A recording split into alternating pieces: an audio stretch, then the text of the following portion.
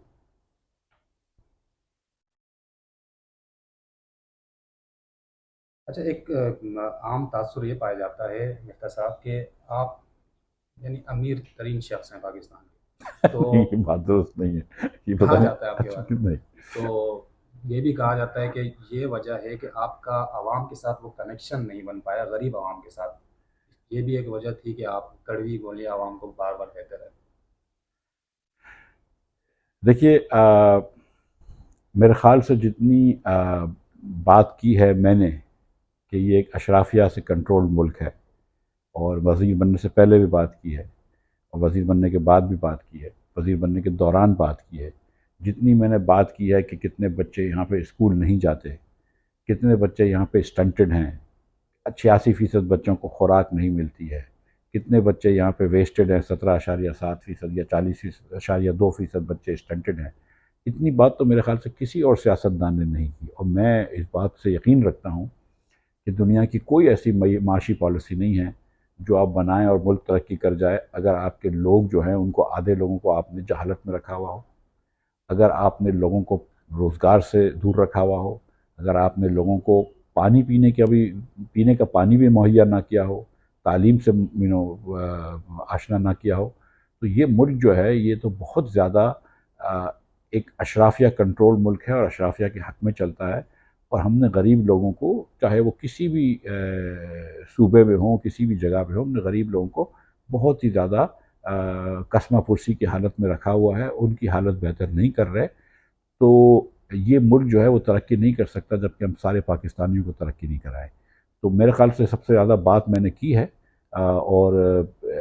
یہ میرے خیال سے جو آج اگر پاکستان میں یہ بات ہو رہی ہے، اور بہت بات ہو رہی ہے، تو اس میں شاید چھوٹا کردار میرا بھی ہے۔ اچھا، ری امیجننگ پاکستان کے حوالے سے بات کر لیتے ہیں ڈاکٹر صاحب، کچھ تقریروں اور کچھ سیمینارز سے ملک میں کیا بہتری آئے گی، جبکہ یہ دیکھنے میں آ رہا ہے کہ پی ایم ایل این ایک بڑی جماعت ہے جو کہ آپ کے پیچھے نہیں ہے، آپ کو ہم نے بہت سے فورم پہ دیکھا، شاید خاقان عباسی صاحب ہوتے ہیں، آپ ہوتے ہیں، تو وہ پارٹی جو ہے پی ایم ایل این وہ آپ کے پیچھے نظر نہیں آتی، تو کیسے اس چیز کو آپ کامیاب بنا پائیں گے؟ ہم چاہتے بھی نہیں ہیں کہ کوئی ایک جماعت ہمارے ساتھ ہو۔ آپ دیکھیں کہ مصطفیٰ نواز کھوکر صاحب جو ہیں وہ پیپلز پارٹی میں تھے، ہمارے ساتھ ظفر مرزا صاحب تھے جو کہ پی ٹی آئی میں تو نہیں تھے لیکن عمران خان صاحب کے وزیر تھے، شاہد عباسی مسلم لیگ میں ہیں، میرا بھی مسلم لیگ سے تعلق ہے، تو ہم تمام پارٹیوں سے لوگ آئے ہیں، اور ہماری کوشش جو ہے وہ یہ نہیں ہے کہ ہم کسی ایک پارٹی کو سپورٹ کریں یا کسی ایک پارٹی کی پشت پناہی کریں، ہماری کوشش تو یہ ہے کہ ہم تمام پارٹیوں کو، اور نہ صرف پارٹیوں کو بلکہ، کیونکہ پاکستان کی حقیقت یہ ہے کہ اس میں میڈیا کا بڑا رول ہے، اس میں اسٹیبلشمنٹ کا بڑا رول ہے، اس میں علماء کرام کا بڑا رول ہے، بزنس مینوں کا بڑا رول ہے، جوڈیشری کا بہت بڑا رول ہے، بیوروکریسی کا رول ہے، تو ان سب سٹیک ہولڈرز کو ساتھ لے کے ہیں اور یہ باتیں کر رہے ہیں، پہلے لوگوں کو یہ ذہن نشین کروا رہے ہیں ہماری باتیں، اس باتوں کو ہم عام فہم زبان میں بات کر کے لوگوں تک لے کے جا رہے ہیں، تو تھوڑا سا پریشر بلڈ ہوگا اور پھر ہم کوشش کریں گے کہ تمام سیاسی پارٹیاں اور تمام سٹیک ہولڈرز کو اس بات پہ یقین اگری کروائیں کہ پاکستان جو ہے وہ اس وقت بہت ہی بری حالت میں ہے، معاشی طور پہ، سیاسی طور پہ، معاشرتی طور پر، اور جس طرح ملک چل رہا ہے اس طرح ہم نے لوگوں کے ساتھ بہت زیادتی کی ہوئی ہے، بہت غریب لوگوں کے ساتھ بہت زیادتی کی ہوئی ہے،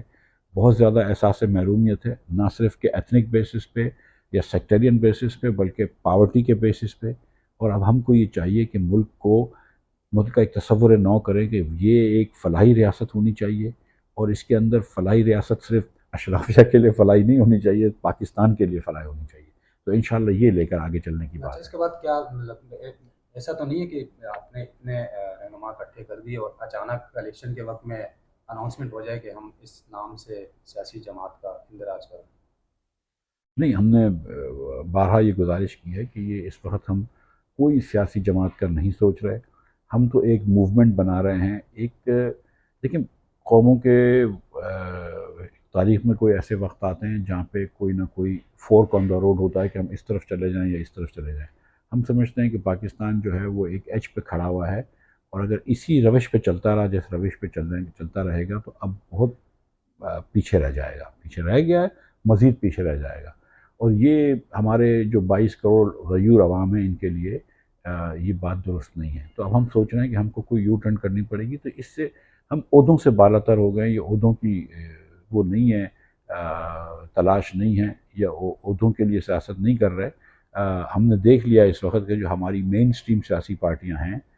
پی ٹی آئی اور P M L N, P D M وغیرہ، یہ صرف اس وقت جو ہے وہ طاقت کے لیے سیاست کر رہی ہیں۔ ہم سمجھتے ہیں کہ لوگوں کے لیے بھی آواز اٹھانی چاہیے، جو ہم کوشش کر رہے ہیں۔ اچھا، اگر